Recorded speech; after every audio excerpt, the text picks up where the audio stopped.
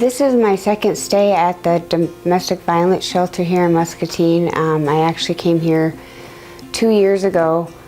I had just had a baby and came straight from the hospital to here. I lived with somebody and was physically and mentally abused, sexually abused, which resulted in me having a baby. I wanted that baby to be adopted because I didn't feel I was in the right place at the moment to raise a child. And I was in bad shape, physically, mentally.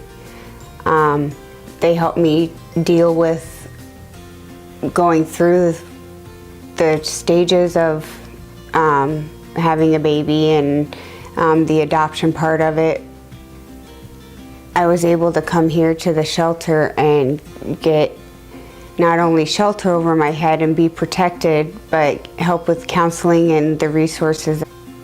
It has meant a lot to me to come to the domestic violence shelter because of how much they helped me the first time I was here. And this second stay, there wasn't an incident that had happened, but my offender had been asking around about me and driving by where I lived, and I called Judy and she said I could come stay, and it just, to be able to ease my mind on it and my anxiety, I don't have to worry about whether he's outside or creeping around, you know.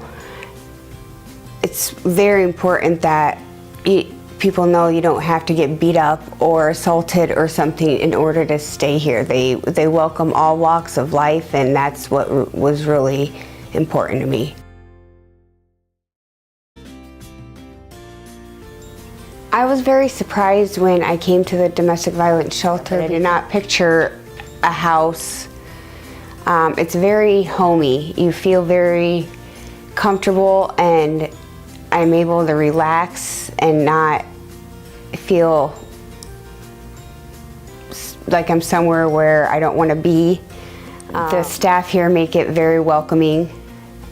It does have a little different things than you would have at your home, a magnetic door that you got to buzz to get in, but again, that makes it safe, and that's what I like about that. It has cameras so people can see who comes and goes. If I was to be able to give advice to somebody that was going through a situation like mine, it would definitely be to don't overdo it.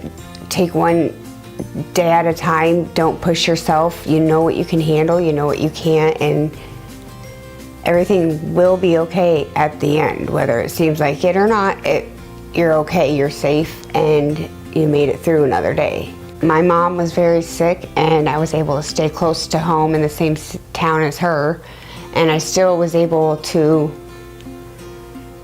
keep my family and my friends around me that cared, and didn't have to go to a new place where I didn't know anybody and still felt, you know, unwanted or just out of place. I was still at home here at the shelter because it is in Muscatine, and that's very, very important. I was able to go on with my life at the same time start a new one. After I got my apartment and moved into it, there were quite a few times I called up to talk to Judy, and you know, if I was struggling with something, just to she still was there for me. She still guided me, still helped me as best as she could.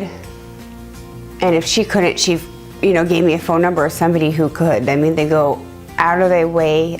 These are people that don't have their job just for their money. These are people that love their work, and they would probably do it even if they didn't get paid for it.